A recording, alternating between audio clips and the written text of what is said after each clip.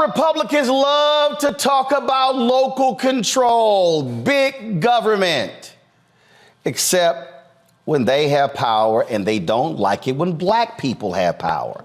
Yesterday, the Mississippi House of Representatives voted 76-38 to pass a bill creating a new court system within the Capitol Complex Improvement District and expanding the district.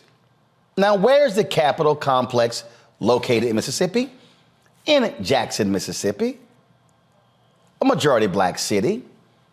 So they want to create a separate court system and expand this police force in there. Now, keep in mind, this same police force was involved in the shooting death of Jalen Lewis, who was killed by this force in October. His family is still waiting for answers. We've had them on the show. So last night, Republican lawmakers, they passed this bill following hours of debate on the House floor. House Ways and Means Committee Chairman Trey Lamar, who's white, Republican, sponsored the bill. He says the new court system would help deal with the backlog of criminal cases. The bill would establish a separate court system with two judges appointed, not elected, but appointed by the Mississippi Supreme Court Chief Justice. Joining us now is Chokwe Lumumba. He is the mayor of Jackson, Mississippi, and State Representative Darrell Porter Jr. as well. All right, Mayor, let's start it with this. You posted a map on your Instagram page that shows clearly what's going on here. So in this map, the blue portion is where white folks live in Jackson, correct? That is correct. That is correct. So the blue portion is where this court system and the police force will be expanded, right? That is also correct. Yes, sir. So the issue here is not a concern about crime. The issue here is not a concern about crime in Jackson and a backlog of cases. No, what this is about is creating a separate legal system for the largely white residents of Jackson, Mississippi, and saying the hell with the green. That's where all the black folks are. So the blue are the white folks, the green are the black folks, right? This is correct. This is correct. So they want to create a separate legal system for white Jacksonians. Yes, and not only what they hide behind, Jackson being the blackest city in the nation, having the highest black population by percentage in our country at this point. They hide behind the notion that within the district it is approximately 55% black. But what is true is that it is the most densely populated white portion of our city. It is where the majority of the white residents in the city live. And so, you know, it is also the area that has one of the lowest crime rates in the city. And so the notion that this is an effort of public safety, an effort to assist the efforts of keeping the city safe, it doesn't meet the smell test. Why would you create a district for the issue or for the concern of public safety in what is likely the safest part of the city, and also arm the district with control over civil cases and chancery court matters, which have nothing to do with crime whatsoever? In addition, providing this military force that has no accountability to the residents, and as you said, judges to oversee these cases that are not elected, not accountable to the people. And so it's colonization, it's plantation politics, it's racism. Let's call a spade a spade. Lastly, what I would say, my brother, is you know, speaking with you and a number of other outlets talking about the issues over control of our water system, the inequity of the requests that we have made. You know, I've received a lot of backlash from Republicans across this state saying that I've given Mississippi a black eye, that I've talked poorly about Mississippi. Well, in the words of former coach Dennis Green, they are who we thought they were. They have proven time and time again that this is who they are. And when my mother would tell me, when people show you who they are, believe them. Representative Porter, see, here's what I find to be so interesting about this. So they say, oh, the backlog of cases. Show me the stats. How many? What's the backlog? Please, by all means, show me. So the mayor says this area has the lowest crime rate in the whole city. So now you want to create a whole separate system, and you want to create a separate civil system? How is that now an issue? No, this is going back to Jim Crow days, about creating white enclaves, being able to carve out a white enclave in Jackson, Mississippi, to say to the white residents, we got you. You don't have to worry about those Negroes. You don't have to go near them. We will take care of you in our own little area. Right, Roland, and the mayor's right. This is a power grab. This is a blatantly racist move by the Republican Party here. Again, if this bill was so much about crime, then why do you have a separate court system that addresses civil matters? Why is the Chancery Court being involved in this bill? I proposed an amendment yesterday, and let's talk about the taxation without representation part. These people are not allowed. The people of Hinds County are not allowed to vote for these judges, as you've already noted. They're being appointed by the Chief Justice. So let's talk about taxation without representation. How they're going to be taking 12% of the sales tax and putting it into this capital, the CCID, the Capitol Complex. And I proposed an amendment yesterday to wipe that out and just have the state of Mississippi to front the bill, since the Republican Party is so interested in trying to protect Jackson and trying to cut down or curtail the crime of Jackson. Then the citizens of Jackson who don't get a voice in electing these prosecutors or these judges shouldn't be on the hook for paying for this Capitol Complex. We continue our conversation regarding the white Republican power grab in Jackson, Mississippi, with Mayor Chokwe Lumumba and State Representative Dara Porter. Mayor, who's paying for this? Who would fund these judges? Who would fund this police force? It comes from a tax diversion of about 12% that the residents of Jackson will be forced to pay. So, wait a minute. So to pay for this, state's not going to pay for it. They're going to take money from Jackson residents to pay for the district, but those same residents have no control over who the judges are and no control over the police department, which means that right now, the police department in Jackson reports to you and the city council, correct? Correct. So their tax money is being taken to fund something that they have no say-so about. Absolutely. And I think it's noteworthy to mention that the Jackson Police Department has made several requests over time for funding to help their policing efforts. We've made requests of the state for money for alternative or violence interruption programming. So cure violence models and those things have been rejected. And so it's not as if the city of Jackson has not put forth what we believe to be the solutions to our challenges. What we've been met with is a deaf ear or an indifference. A deliberate indifference to all of the things that we ask for, whether we're talking about issues of public safety or whether we're talking about issues of infrastructure. And instead of actually assisting us in the way in which we need to be assisted, they look at how they seize power. I think it's worth noting that not only are we looking at 1020, which was the House bill that we're talking about now that talks about this Capitol complex, we also have 2889, which was a Senate bill looking to take over our water system. A water system that you have well documented on your show, that we've been fighting for resources. The state has denied us year after year, after generation, actually. And the moment we get $800 million from the federal government, all of a sudden it becomes attractive. All of a sudden it becomes something that they want to seize.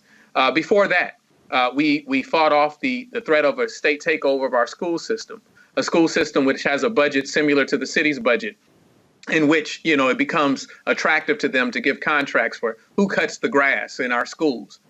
We are simultaneously fighting a battle over our airport that the city of Jackson invested in and the state of Mississippi wants to control.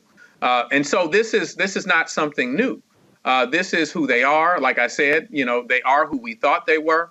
And so, I am as diplomatic as my options are. I come to the table prepared to have diplomatic discussions, but you can't come in my house and then start negotiating over my furniture. And so we want to make certain that it is clear that this is round one of a 12-round fight, and we're not going to lay down by any stretch as it pertains to this fight and the other ones that I mentioned. Representative Porter, the thing here that I think people really, really, really need to understand when we talk about this here, Jackson, Mississippi is the largest city in the state. Jackson, Mississippi supplies more sales tax revenue and more tax revenue than anybody else in the state. So really what you have is you have these white Republican lawmakers who don't like the fact that you got this majority black city that is the dominant city in the state of Mississippi, and they are trying to figure out how can we take as much power and money away from African Americans in Jackson and that we as white Republicans can control. And I would agree with you, Roland. And I think one of the representatives on the floor yesterday noted that ever since the first election of the first black mayor of the city of Jackson, they've been requesting funding. They've noticed the problems. They've brought the problems to the table, asked for funding to help curtail those problems, and every mayor since then has been denied funding to help curtail those issues. And, as the mayor already pointed to now, as soon as they get some money from the federal government, well, now here comes the state that wants to come in. Wait a minute, hold up, Representative. Let's not speed over that. Money that the black folks in Jackson went to the Democratic administration in the White House, went to the black head of the EPA and made the case to get. Governor Tate Reeves did not make the request. The white lawmakers did not. It was the black mayor, Chuck Lumumba, and the black Congressman Benny Thompson, and there's so many other African Americans who made the request. And now the white Republicans in Mississippi want to say, oh, no. We now want the money that y'all black folks went and got. You are exactly right.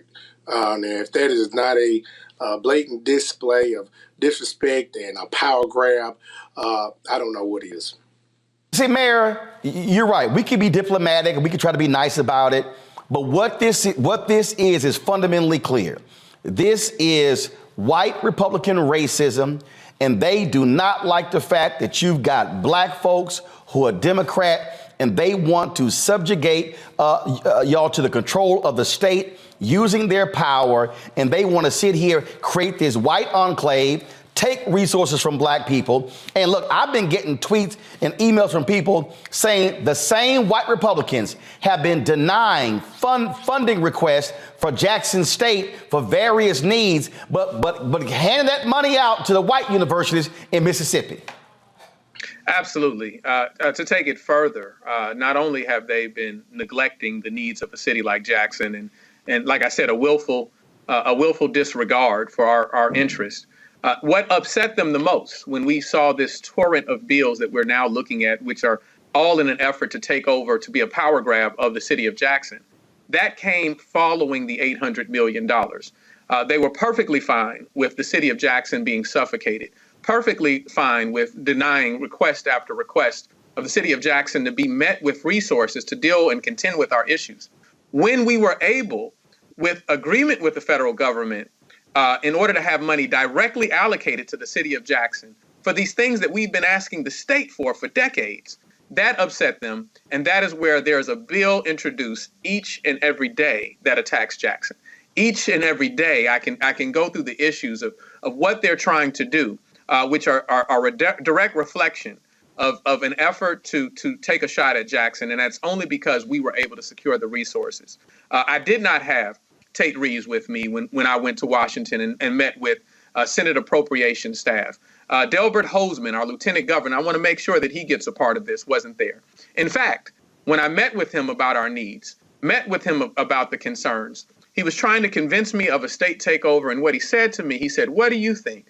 You think President Biden is going to write you a check?" I do, and he did. And now that is what has upset them, is because we have been self-determined enough in order to shake the trees, in order to make certain that we looked under every rock in order to get the resources our Jackson residents so justly deserve. And that is what has angered them more than anything so far. Representative Porter, what do you want from African Americans nationwide? I sent a text last night to a variety of civil rights leaders, pastors, and others, and I said, our folks in Jackson need our help. I said, there needs to be a clear signal sent to these white Republicans in Mississippi that you are not going to practice racism in the 21st century in 2023. The bill was passed in the House. It now goes to the Senate. What is it looking like there? Are y'all planning any sort of mass demonstration? What are you looking to do to try to raise awareness, to let people know what's going on here? Because as long as they think, hey, folks aren't paying attention, they're going to go ahead and pass this, and black folks in Jackson will be screwed. Yeah, and Roland, I want to appreciate you and thank you for bringing awareness to this. And I think that's one of the important things that we can do is bring awareness to what's going on in the state of Mississippi, in our state legislature. Of course, they have a supermajority, so we're outnumbered. We're vastly outnumbered, but that doesn't mean that we're not going to fight. We're not just going to lay down and take this. We're going to fight, and we're going to fight for what's right, and bringing awareness to let other people see what we're doing and how we're fighting and how they're trying to get over on us is essential, I believe. Oh, absolutely. So we see exactly what's going on there. Again, Mayor, what do you want from folks who are not there? How are you also rallying the folks there in Jackson, but also the other African Americans in Mississippi, your state, which has the largest concentration of African Americans of any state in America? Well, I want to echo the sentiments of Representative Porter. We thank you and your outlet and outlets like this that allow us to get our story out. I want to thank Representative Porter for the job that he and the Black Caucus did yesterday, fighting to the late hours in the night, making certain that they made our concerns known. We have members of the community that have come together, done rallies, and we intend to do more, so that we make certain that this is a very well-known issue with amongst our residents and beyond, and we continue to fight. But there's another group that I want to speak to. I want to speak to those contractors that want to meet with me, these majority firms that want to meet with me every day about opportunities to work different contracts and different capital improvements in our city. If you can enjoy this Black wealth, you better step up and support this Black city.